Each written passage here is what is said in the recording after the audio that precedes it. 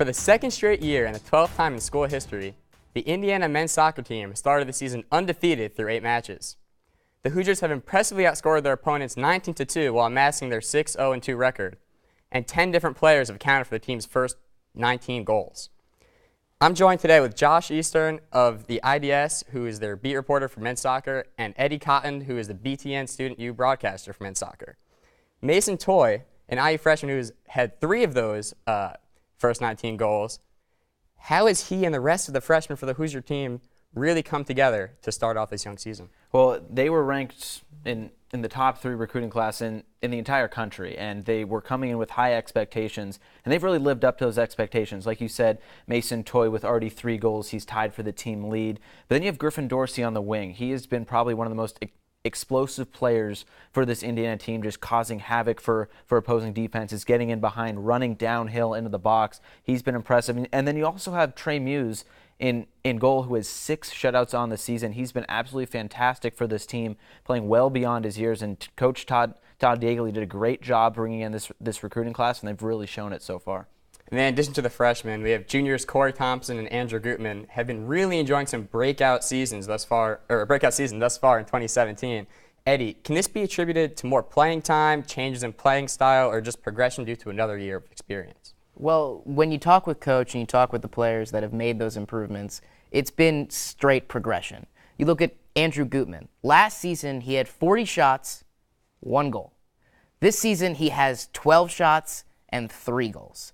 He's leading the team in goals, and a big reason for that, as something that Coach Yeagley harped on, is that he spent his entire summer working on how to score in the final thirds, how to finish when you're at that last final point to try and get those major goals. And he's been so pivotal for this team. And then Corey Thomas, another experienced guy who I think his approach has been more playing time. He just notched a brace against Rutgers after playing for a majority of the game instead of Griffin Dorsey. And it's been really impeccable to see a team that has been kind of defined by its freshman class, getting some help from experienced options that can come in there in bigger games against Big Ten opponents. All right. And now the 2 goals that IU has allowed this season are the fewest that the team has allowed through 8 games since 1993.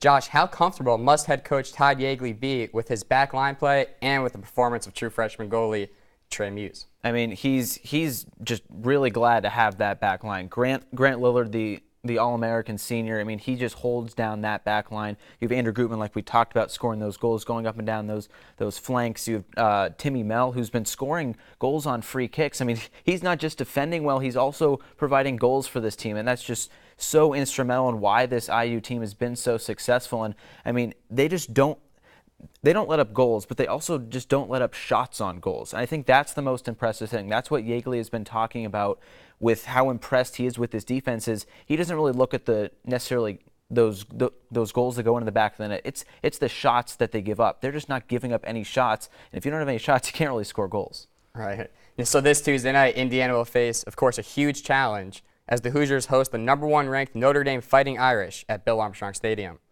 This will be the first time that a top-ranked opponent has played in Bloomington since Notre Dame came in 2014.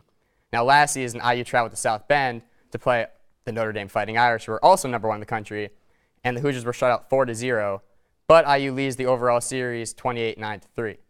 So, Eddie, what must the Hoosiers do Tuesday night to defeat the top team in the country and notch win #9 on this young season?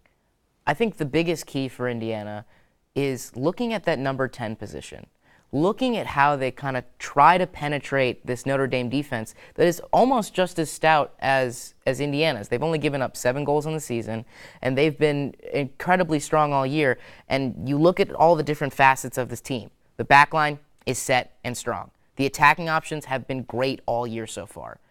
But really there have been questions at that 10 role. Who is going to find the supply and find that final pass to set up what could be a pivotal 1 goal that Indiana needs and what could be a 1-0 game?